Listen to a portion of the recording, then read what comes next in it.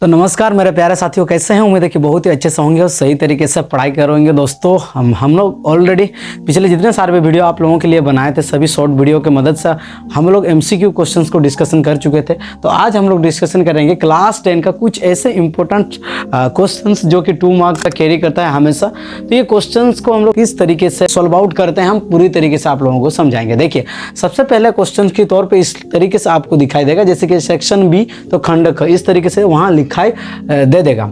तो इसको करना कैसे है? तो सेक्शन ए में आपका जितने सारे भी क्वेश्चंस होगा वो सिर्फ एमसीक्यू होगा, जो 30 मार्क का ही होता है। और सेक्शन बी में जितने सारे भी होगा आपका क्वेश्चंस, वो सभी आपका कुछ सब्जेक्टिव तरफ चला जाएगा। ठीक है, तो इस तरीके से हूबहू सेम क्वेश्चंस आने वाला है आप लोगों का भी। बेसिक ज़्यादा हार्ड नहीं है, थोड़ा बहुत बेसिक से सवाल आप लोगों को दे दिया जाएगा। तो सबसे पहले हम लोग कोशिश करेंगे इस क्वेश्चन को सॉल्व आउट करने के लिए। देखिए, संख्याएं 6 और 20 के अभाज्य गुणनखंड विधि से एचसीएफ और एलसीएम ज्ञात कीजिए। देखिए, एचसीएफ मतलब क्या होता है? Highest common factor. ठीक है, और एलसीएम मतलब होता है लोएस्ट कॉमन मल्टीपल। तो ये एचसीएफ और एलसीएम, इसका जो हिंदी मीनिंग है वो होता है, इसको मोसो कहा जाता है, इसको लसो कहा जाता है। ठीक है, हम लोग इसको कैलकुलेट करेंगे। देखिए, सबसे पहले हम क्या करेंगे, आंसर लिख देंगे हम लोग इस तरीके से। ठीक है, 6 का अभाज्य गुणनखंड करने पर, ठीक है, 6 का अभाज्य गुणनखंड करने पर कितना हो जाएगा? 6 का अभाज्य गुणनखंड अगर करेंगे हम लोग तो कितना होगा? 2 × 3। ठीक है, उसी तरीके से सेम हम लोग अगर 20 को अभाज्य गुणनखंड करेंगे सेम, तो फिर हमारा कितना बन जाएगा? 2 दूने 4, 4 5 6 20। ठीक है, इतना ही होगा। ठीक है, तो अभी आपको सही से समझना जरूरी है। देखिए, समझना क्या जरूरी है, तो अगर हम लोग एलसीएम ज्ञात करेंगे तो हम क्या लिखेंगे? हम लिखेंगे 6 एवं 20 का एलसीएम इज इक्वल टू कितना हो जाएगा? देखिए, एलसीएम मतलब क्या हम आपको बता रहे हैं। एलसीएम मतलब है इसमें से जो भी संख्याएं हैं, ठीक, इस संख्या ज़्यादा से ज़्यादा कितना दूर तक गया है, यानी कि कितना बार तक गया है। जैसे कि ये दो को अगर देखा जाए तो फिर 2 सबसे ज़्यादातर यहाँ पे 2 बार गया है। ठीक है, तो इसीलिए हम लोगों को यहाँ पे 2 × 2 को लेना पड़ेगा। और बाकी जितने सारे भी संख्या हो गया, चाहे वो कॉमन हो या फिर ना हो, उससे कोई हम लोगों का मतलब ही नहीं है। यानी कि 3 भी हमको लेना पड़ेगा और 5 भी हमको लेना पड़ेगा। तो फिर अगर कैलकुलेट करेंगे तो कितना होगा? 2 दूने 4, 4 5 कितना हो जाएगा? 20, और 20 दिया कितना हो जाएगा? आपका जो होगा वो 60 हो जाएगा। ठीक है, तो इस तरीके से आप लोग एलसीएम को निकाल लिया। सेम इसी तरीके से हम लोग 6 एवं किसका निकाल लेंगे? हम लोग 20 का क्या एचसीएफ क्या निकालेंगे दोस्तों? एचसीएफ, यानी कि हाईएस्ट कॉमन फैक्टर, है ना। यानी कि क्या इसको कहा जाता है, यहाँ पे हम थोड़ा सा लिख देते हैं। एलसीएम मतलब होता है लोसो, है ना। याद रखने के लिए बहुत आसान सा ट्रिक है। एल से लो से शुरुआत हो जाता है। ठीक है, तो एल मतलब लोसो, तो इसको कहा जाता है मोसो। ठीक है, अभी सर मोसो कैसे निकालेंगे? देखिए, मोसो हम लोग निकालेंगे, जैसे यहाँ पे हम लोग 20 का निकाला है ना, कितना? 2 × 5। आपको जब कभी भी आपको मोसो निकालना पड़े दोस्तों, एक बात हमेशा ध्यान रखिएगा कि जो कॉमन है, कॉमन मतलब क्या?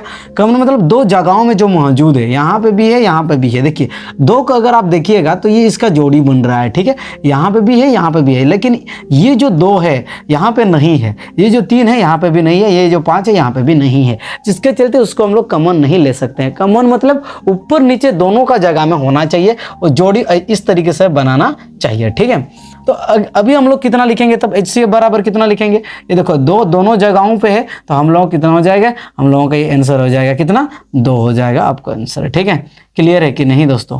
क्लियर है कि नहीं? तो कुछ इस तरीके से आप सभी को बताया जा रहा था। इसमें आप लोगों को कितना मार्क मिलेगा हम पूरा साफ आप सभी को बता देते हैं। ये ज़्यादा मार्क का नहीं है। ठीक है दोस्तों, ये आपका 2 मार्क का है। कितना मार्क?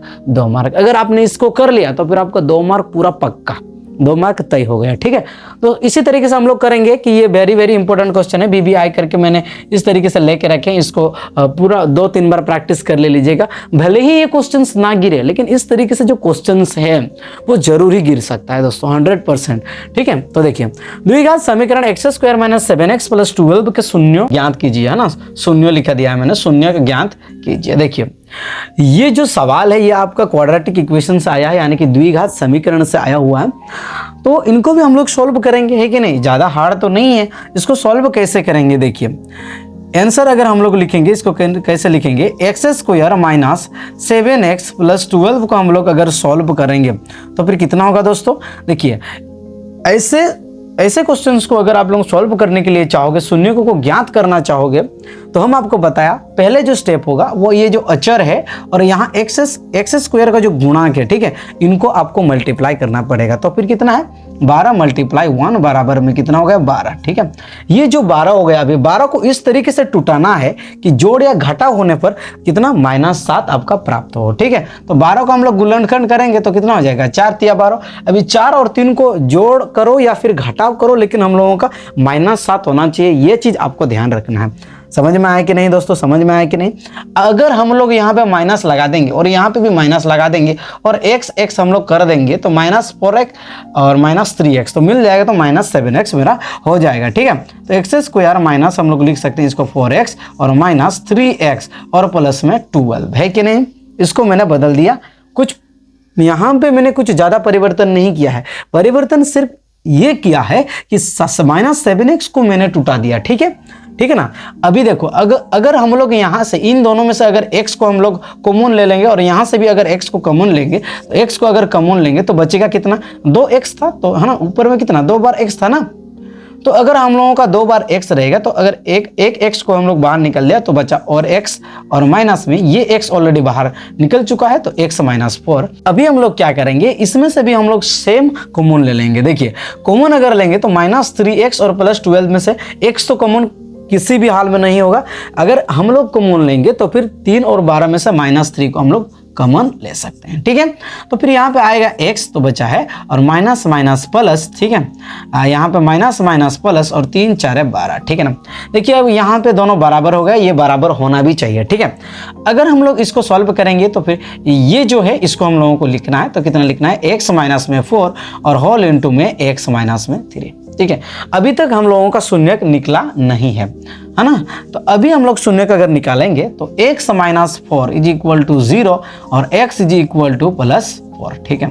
तो ये हो गया आपका आंसर, ठीक है। और दूसरा कितना होगा, x -3 इज इक्वल टू 0 और x इज इक्वल टू +3, ठीक है दोस्तों।